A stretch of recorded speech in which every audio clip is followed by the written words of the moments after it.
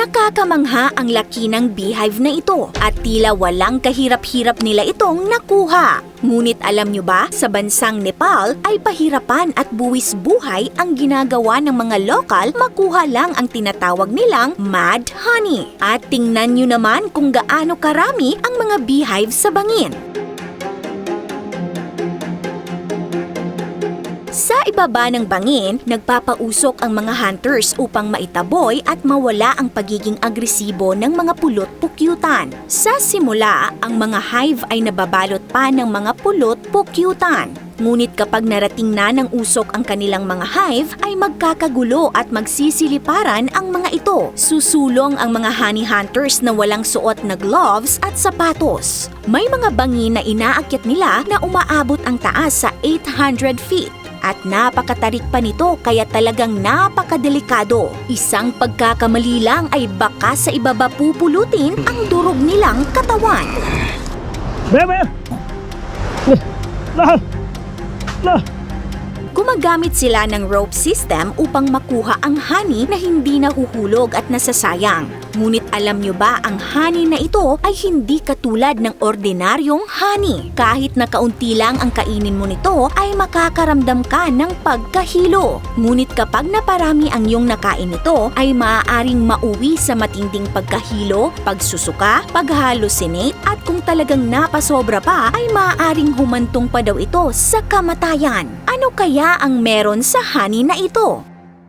Ang mad honey ay isang unique na honey na nakukuha sa mga bundok ng bansang Nepal, Turkey at iba pang lugar sa mga bundok ng Himalayas. Ayon sa Insider News, ang mad honey ay gawa ng pinakamalaking uri ng bubuyog sa buong mundo, ang Apis laboriosa. Umaabot ang sukat nito hanggang 1.2 inches at ang kanilang mga pugad naman ay matatagpuan sa matataas na bangin sa pagitan ng 3,000 hanggang 10,000 feet mula sa dagat. Ang kakaibang epekto ng mad honey ay hindi mula sa mga bubuyog, kundi sa bulaklak ng rhododendron, isang halamang endemic sa Nepal. Ang nectar ng bulaklak nito ay nagtataglay ng neurotoxin na siyang dahilan ng hallucinations. Kinukolekta o sinisipsip ng mga bubuyog ang nectar nito. Tapos dinadala nila ang nectar sa loob ng kanilang hive kung saan dadaan ito sa natural bee process. At kinalaunan ang nectar ay nagiging honey. At syempre, ang honey na ito ay nagtataglay ng neurotoxin. Pero imbes na iwasan at katakutan ang epekto nito, tila mas lalo itong tinatangkilik hindi lang sa Nepal kundi pati na rin sa buong mundo. Alam nyo bang ang isang 32-ounce na bote nito ay nagkakahalaga ng $300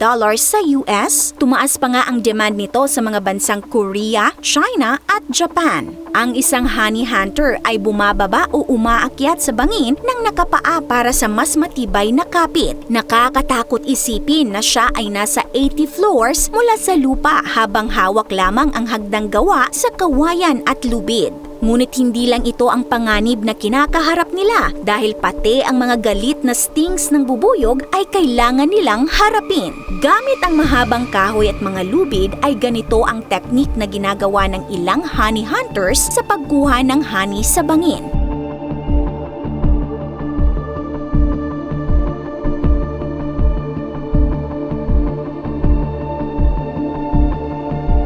Bukod sa tradisyonal na halaga ng honey hunting, naniniwala rin sila na may medicinal properties ang mad honey. Pampalunas daw ito sa mga sakit sa paghinga, antiseptic at aphrodisiac pa. Gayunpaman, unti-unti nang nababawasan ang mga kabataang nais ipagpatuloy ang tradisyong ito dahil sa matinding panganib na kaakibat nito. Dagdag pa rito, ang pagbabago sa klima at overharvesting ay nagdudulot ng paunti-unting populasyon ng mga bubuyog. Sa kabila ng mga epekto nito mga ka-awesome, nais mo pa bang subukan ang mad honey? This is your Ate O from our Republic. Hanggang sa muli and stay awesome!